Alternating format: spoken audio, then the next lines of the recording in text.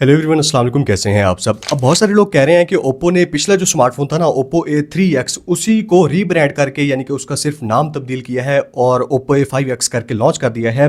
अब ये बात काफ़ी हद तक ठीक है, यानी कि 50 से 60%, लेकिन बहुत सारी चीज़ें डिफरेंट हैं। जैसे कि इस स्मार्टफोन को जैसे ही मैंने बॉक्स से निकाला ना, ये वाला फ़ोन फील ही डिफरेंट होता है। थोड़ा सा बैक साइड से इसकी शेप को चेंज किया गया है और ओवरऑल जो इसके एजेस हैं उनको थोड़ा सा कर्व कर दिया है, जिसकी वजह से ये वाला स्मार्टफोन पकड़ने में, होल्ड करने में काफ़ी कंफर्टेबल है। और इसको बॉक्स से निकालने के बाद मैंने इसकी जाके स्पेसिफिकेशंस कंपेयर की ओप्पो A3X के साथ, तो पता चला कि डिजाइन में काफी हद तक चेंजेस हैं। सारी चीजों की बात करते हैं, स्मार्टफोन की अनबॉक्सिंग, कौन सी चीजें मुझे अच्छी लगी हैं कंपटीशन में, क्योंकि इसके मैंने सारे फोन टेस्ट किए हुए हैं, तो उस हिसाब से आपको बता दूंगा कि ये वाला फोन आपको कंसीडर करना चाहिए या फिर इसको कंपटीशन में किसी और फोन की तरफ जाना चाहिए। अब थैंक्स टू सिद्दीक भाई शाह मोबाइल से, जिन्होंने ये वाला स्मार्टफोन रिव्यू के लिए प्रोवाइड किया है। 18 जारी से हैं, उनकी शॉप को डेफिनेटली चेकआउट कर सकते हैं। बाय द वे 90% फोन्स मैं अपने ही पैसों से लेकर अनबॉक्स और रिव्यू करता हूं, तो अगर आपको वीडियोस कहीं पे भी अच्छी लगती हैं, चैनल को सब्सक्राइब करना है, वीडियो को लाइक करना है और नीचे कमेंट लाजमी करना है।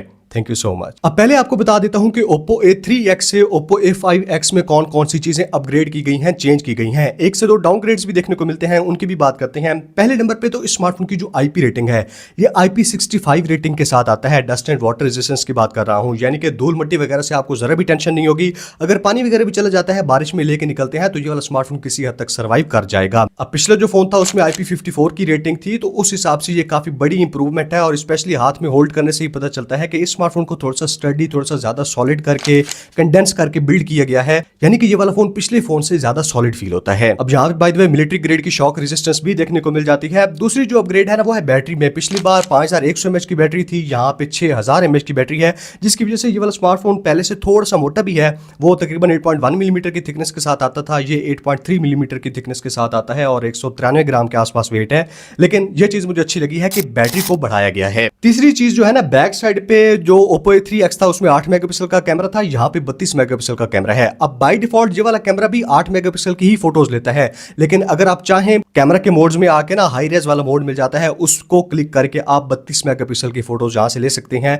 जो आप जूम करेंगे ना, तो पिक्सल्स वगैरह फटते नहीं है, इंटैक्ट रहते हैं। तो ये वो चीजें थी जो ओप्पो A3X से अपग्रेड की गई हैं। एक चीज है जहां पे डाउनग्रेड किया गया है। ओप्पो A3X में 120 हर्ट्ज का डिस्प्ले था, यहाँ पे 90 हर्ट्ज का डिस्प्ले प्रोवाइड किया गया है। डिस्प्ले की रेजोल्यूशन और क्वालिटी वो सारी चीजें सेम है, सिर्फ जो रिफ्रेश रेट है ना, वो पिछली बार से डाउन है। अब ऑनेस्टली बताऊं तो 90 और 120 हर्ट्ज में ज्यादा डिफरेंस पता नहीं चलता, लेकिन ऑब्वियसली अगर आप पहले 120 हर्ट्ज यूज कर रहे हैं तो पहले 3 से 4 दिन आपको जरूर फील होगा कि उससे थोड़ा सा ये स्लो है। अब स्मार्टफोन की अनबॉक्सिंग की बात करें तो अनबॉक्सिंग एक्सपीरियंस कंप्लीट है, यानी कि ओप्पो की ये चीज मुझे अच्छी लगती है कि सबसे कम प्राइस पे सबसे फास्ट चार्जिंग वाला फोन ना यही है। ओप्पो A5X 45 वाट की चार्जिंग को सपोर्ट करता है और बॉक्स के अंदर ही ओप्पो ने 45 वाट का चार्जर भी प्रोवाइड किया हुआ है। ये वाला चार्जर इस स्मार्टफोन की 6000 mAh की बैटरी को तकरीबन 1 घंटा 20 मिनट के आसपास फुली चार्ज कर देगा। काफी अमेजिंग चीज है, क्योंकि ये वाला स्मार्टफोन बैटरी बहुत आउटस्टैंडिंग प्रोवाइड करता है। 8 से 9 घंटे का स्क्रीन ऑन टाइम इजीली आप नॉर्मल यूजेज पे एक्सपेक्ट कर सकते हैं। जैसे कि आप बॉक्स से निकालते हैं, प्लास्टिक शीट स्क्रीन पे पहले से अप्लाइड होती है। बॉक्स के अंदर अच्छी क्वालिटी का केस प्रोवाइड किया गया है, ब्लैक कलर का, और ये चीज मुझे हमेशा से अच्छी लगती है जब भी कंपनी थोड़ी सी एफर्ट डालती है ना अनबॉक्सिंग एक्सपीरियंस में। तो अनबॉक्सिंग एक्सपीरियंस ओप्पो A5X का कंप्लीट है। अब अगर इसकी मोटी मोटी स्पेसिफिकेशंस की बात करें तो मेरे पास ये 4GB 64GB वाला वेरिएंट है। इस ब्लू कलर में इसके और कलर्स भी आते हैं। Processor Snapdragon 6S 4G Gen 1 है, जिसका एंट्री पे स्कोर तकरीबन 2,60,70,000 है और इस प्राइस के हिसाब से ठीक ठाक प्रोसेसर है। मसला तब होता है जब यही प्रोसेसर आपको 40-50 हज़ार में मिल रहा होता है, लेकिन अगर 25-30 हज़ार के आसपास मिले ना, तो ये वाला प्रोसेसर डिसेंट परफॉर्मेंस प्रोवाइड कर देता है। एक और काफी इंपॉर्टेंट चीज जिसको अपग्रेड किया गया है ओप्पो A3X से, उसमें eMMC 5.1 की स्टोरेज थी, यहाँ पे UFS 2.1 की स्टोरेज टाइप प्रोवाइड की गई है। बैक साइड पे 32 मेगापिक्सल का कैमरा, सामने 8 मेगापिक्सल का कैमरा, 120 हर्ट्ज का HD+ रेजोल्यूशन वाला IPS डिस्प्ले, एमोलेड डिस्प्ले नहीं है, ना ही फुल HD रेजोल्यूशन वाला है। साइड पे फिंगरप्रिंट स्कैनर दिया गया है, सिंगल स्पीकर है, डुअल स्पीकर्स नहीं है। बैक साइड पे कैमरा के साथ IR ब्लास्टर रिमोट डिवाइसेस को कंट्रोल करने के लिए मिल जाता है। और उसके अलावा जैसे मैंने बताया 6000 mAh की बैटरी के साथ 42 वाट की चार्जिंग है। Out of the box Android 15 के साथ, ColorOS 15 के साथ आता है। अब ये भी पिछली बार से अपग्रेडेड है, क्योंकि ओप्पो A3X में एंड्रॉइड 14 था और उसके ऊपर ColorOS 14 था। यहाँ पे एंड्रॉइड 15 और लेटेस्ट नया कंट्रोल सेंटर कस्टमाइजेशन के फीचर्स अबाउट डिवाइस में आके आप देख सकते हैं। सारी नई चीजें ColorOS 15। इनफैक्ट इस प्राइस पे ना One UI के बाद मुझे ColorOS 25-30 हज़ार के आसपास बेस्ट सॉफ्टवेयर लगता है। तो ये इसकी स्पेसिफिकेशन थी। अब प्राइस के हिसाब से कुछ वो चीजें बता देता हूं जो मुझे अच्छी लगी हैं और कहां पे ये वाला स्मार्टफोन कंपटीशन में जो फोन्स आते हैं ना, उनसे पीछे रह जाता है। अच्छी चीजों की बात कर लें तो बैटरी चार्जिंग स्पीड का कॉम्बिनेशन 6000 mAh की बैटरी के साथ 45 वाट की चार्जिंग इस प्राइस पे अनबीटेबल है और कोई भी स्मार्टफोन इतनी अच्छी फास्ट चार्जिंग और बैटरी प्रोवाइड नहीं करता।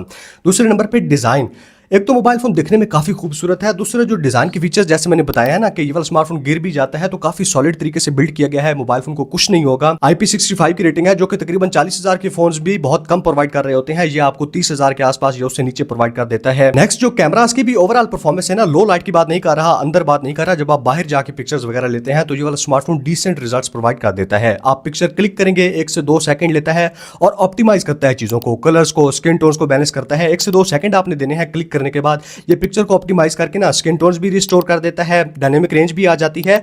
ओवरऑल जो कैमरा की परफॉर्मेंस है काफी हद तक डिसेंट है इस प्राइस के हिसाब से, क्योंकि इस प्राइस पे सारे ही फोन्स किसी काम की कैमरा परफॉर्मेंस नहीं देते, तो उस हिसाब से ये वाला स्मार्टफोन ठीक ठाक एवरेज परफॉर्मेंस दे देता है। फ्रंट और बैक दोनों कैमरा से आप 1080p 30 fps पे स्मार्टफोन से वीडियो रिकॉर्डिंग कर सकते हैं। ये वाली वीडियो Oppo A5X के फ्रंट कैमरा से शूट हो रही है 1080p 30 fps पे। फ्रंट और बैक दोनों कैमरा से आप इसी रेजोल्यूशन पे कर सकते हैं। आज काफ़ी ज़्यादा धूप है और यहाँ पे मैं दरख्त के साए में खड़ा हूँ, क्योंकि धूप वाली जगह पे होता तो मज़ीद ज़्यादा अच्छी आती, ब्राइट आती वीडियो।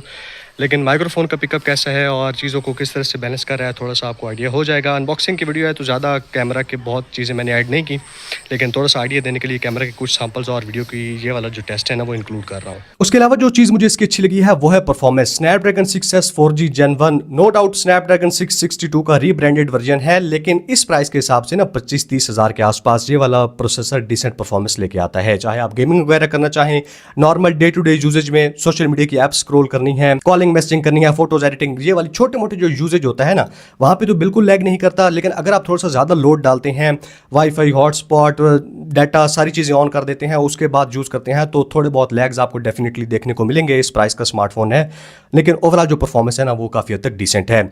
अब कुछ वो चीज़ें बता दूं जहाँ पे ये वाला स्मार्टफोन कंपटीशन से पीछे है, ये स्टैंड नहीं कर पाता। एक तो स्मार्टफोन के कैमराज, जो आइटल S25 है ना इसी प्राइस पे देखने को मिल जाता है, उस स्मार्टफोन के कैमराज अनबीटेबल हैं। मैंने रिसेंटली अपने भाई को वही परचेज करके दिया है, क्योंकि उसको 30,000 के आसपास चाहिए था, तो मैंने उसको जो मशवरा दिया है ना वो आइटल S25 का दिया है। उसके कैमराज बहुत अच्छे हैं, उनकी ऑप्टिमाइजेशन आइटल ने काफ़ी अच्छी कर दी है। दूसरे नंबर पर डिस्प्ले, अब आइटल 120 हर्ट्ज का एमोलेड डिस्प्ले प्रोवाइड कर रहा है इस प्राइस पे, जिसमें इन डिस्प्ले फिंगरप्रिंट स्कैनर भी है। आइटल के अपने थोड़े बहुत मसले हैं, हीटिंग वगैरह, बैटरी ड्रेन इश्यूज और सर्विस वगैरह का, लेकिन ये वाला स्मार्टफोन 720p का IPS डिस्प्ले प्रोवाइड करता है 90 हर्ट्ज वाला, तो डिस्प्ले जो है ना इसका वो कंपटीशन के हिसाब से काफी हद तक पीछे रह जाता है। ये चीज भी वाजे है कि पाकिस्तान में जो लोग ओप्पो, वीवो, सैमसंग को परचेज करते हैं ना वो आसानी से आइटल, इन्फिनिक्स की तरफ नहीं जाते, तो दोनों स्मार्टफोन्स की ऑडियंस अलग है। अगर आप वीवो, ओप्पो यूज करते हैं, मैं आपको कहूँ ना कि आप आइटल S25 ले लें, वो इस प्राइस पे ओवरऑल बेस्ट स्मार्टफोन है, तो शायद आप मेरी बात मानेंगे भी नहीं, क्योंकि आपने हमेशा से ओप्पो, वीवो ही यूज किया है। मैंने देखा है पाकिस्तान में बहुत सारे लोगों के वो स्पेसिफिकेशंस के ऊपर ना ब्रांड वैल्यू को प्रेफर कर रहे होते हैं। अब ओप्पो का ये वाला स्मार्टफोन नो डाउट कहीं पे कंपटीशन से पीछे रहेगा, कहीं पे ये चीजें बहुत अच्छी प्रोवाइड करता है। ओवरऑल एक काफी हद तक बैलेंस्ड फोन है।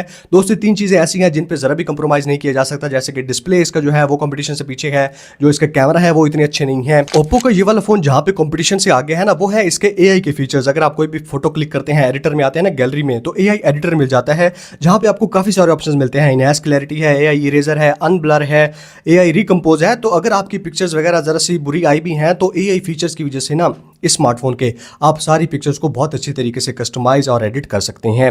AI के फीचर्स इस स्मार्टफोन में जितने दिए गए हैं ना, मेरे ख्याल में इस प्राइस पे और कोई भी स्मार्टफोन इतने AI के फीचर्स प्रोवाइड नहीं करता, तो ये भी इसका एक काफी पॉजिटिव पॉइंट बन जाता है। NFC की सपोर्ट इसमें नहीं है, बैक साइड पे IR ब्लास्टर दिया गया है, शेयर विद आईफोन वाला फीचर है, और हेडफोन जैक नीचे की साइड पे देखने को मिल जाता है। माइक सिंगल है, डुअल नॉइस कैंसिलेशन माइक्स नहीं है, और SD कार्ड लगा के आप स्टोरेज को बढ़ा सकते हैं, यानी कि एक ही टाइम पे 2 सिम कार्ड और SD कार्ड आप लगा सकते हैं। अगर मुझे रेट करना हो ना इस स्मार्टफोन को, तो ये वाला फोन सैमसंग A06 और वीवो का जो इस प्राइस पे मॉडल आता है ना, उन दोनों से ये वाला फोन ओप्पो A5X काफी अच्छा है। अगर इस प्राइस पे आपने ओप्पो, वीवो, सैमसंग में से ही कोई फोन लेना है तो मैं आपको ओप्पो A5X सजेस्ट करूंगा।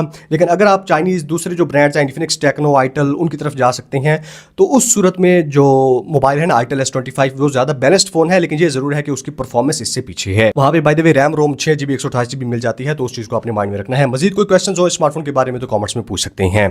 Thank you so much, good bye.